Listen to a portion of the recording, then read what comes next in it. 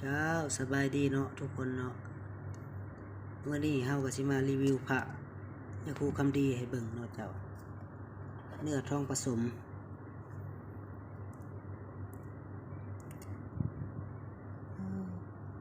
เนื้อหาเพิ่นสิประมาณนี้เนาะเกิดจากธรรมชาติพระแท้เบิ่งง่ายเนาะล่องแขนของเพิ่นสิเลิกเด้อ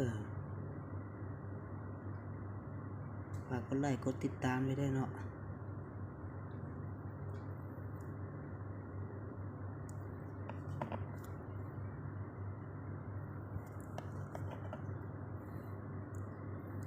เบิ่งเนาะเนื้อทองผสม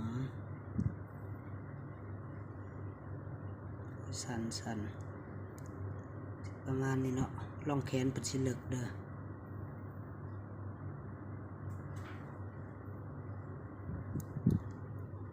พระแท้เนื้อหายเป็นประมาณนี้เนาะเจ้าเกิดจากเป็นปั้นหุ่นเทียนก่อนเนาะหรือว่าหุ่นขี้ผึ้งก่อน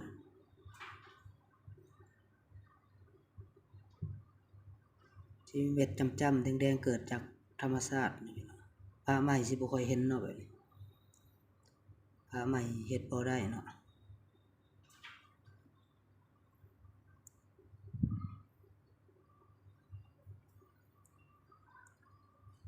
เพิ่งห้อยตะไบเนาะ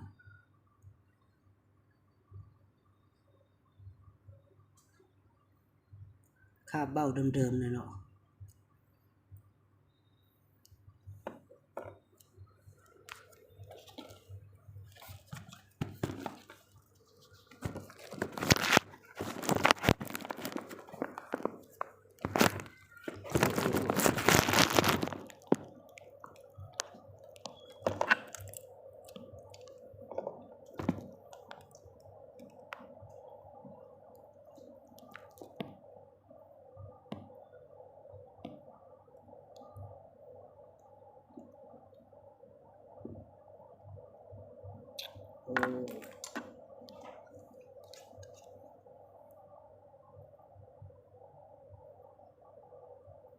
เห็นบ่เจ้า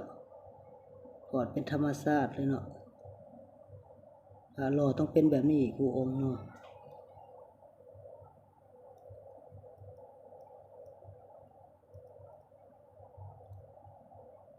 นี่คือยาคูคำดีวัดธาตุหลวงไต่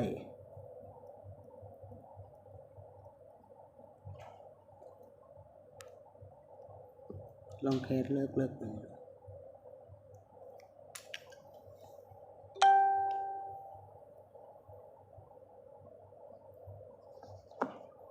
อันนี้ก็อีกหนึ่งพิมพ์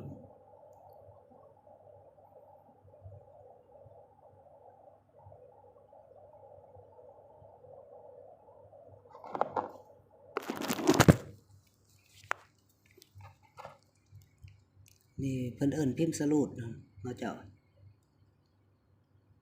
โอ้สันทองเก่าๆเดิมๆห้อยแห้งไว้นี่เนาะ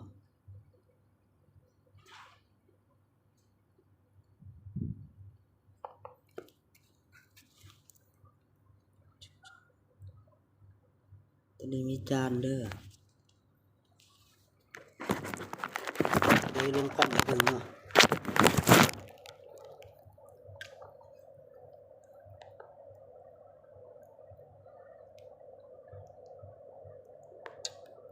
ผิดพลาดขออภัยเนาะมือใหม่ได้เนาะเจ้าโอ้จานโอ้สันจานสิอยู่บนนี้เนาะ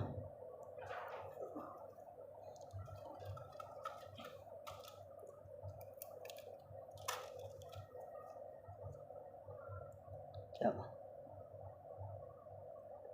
เนาะตรงนี้อยู่บนนี้สิมีจานเด้อจานแล้วก็จุก้นนี่ก็มีจานเป็นไงเบิ่งห้อยตะไบเนาะเก่า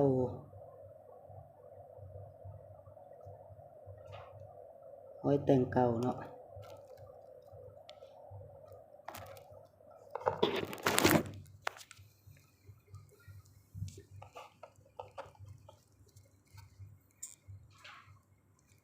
ลักษณะองค์พระสิเป็นประมาณนี้เนาะจ้ะเนาะซอกแขนเพิ่นสิเลิกเด้อซอกแขนตัวนี้เนาะเห็นบ่เนาะผลไม้สิเลิกเป็นมิติเลยเนาะเป็นมิติขององค์พระเลยเนาะพระแท้ต้องแบบนี้เด้อเจ้าเด้อนี่เป็นพอดเป็นเม็ดจุดๆดำๆเกิดจากธรรมชาติพระเก้บ่สามารถเฮ็ดได้เนาะ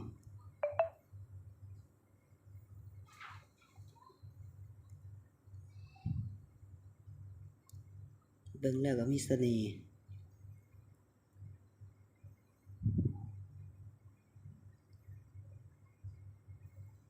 ขอบใจเนาะขอบใจหลายๆที่เข้ามาติดตามมาชมเนาะคลิปต่อไปสิมารีวิวพระเสียงลุงเนื้อเงินมา4จุดตำหนิพระเก่าเป็นแนวใดเนาะคลิปนี้ขอบใจหลายๆเนาะ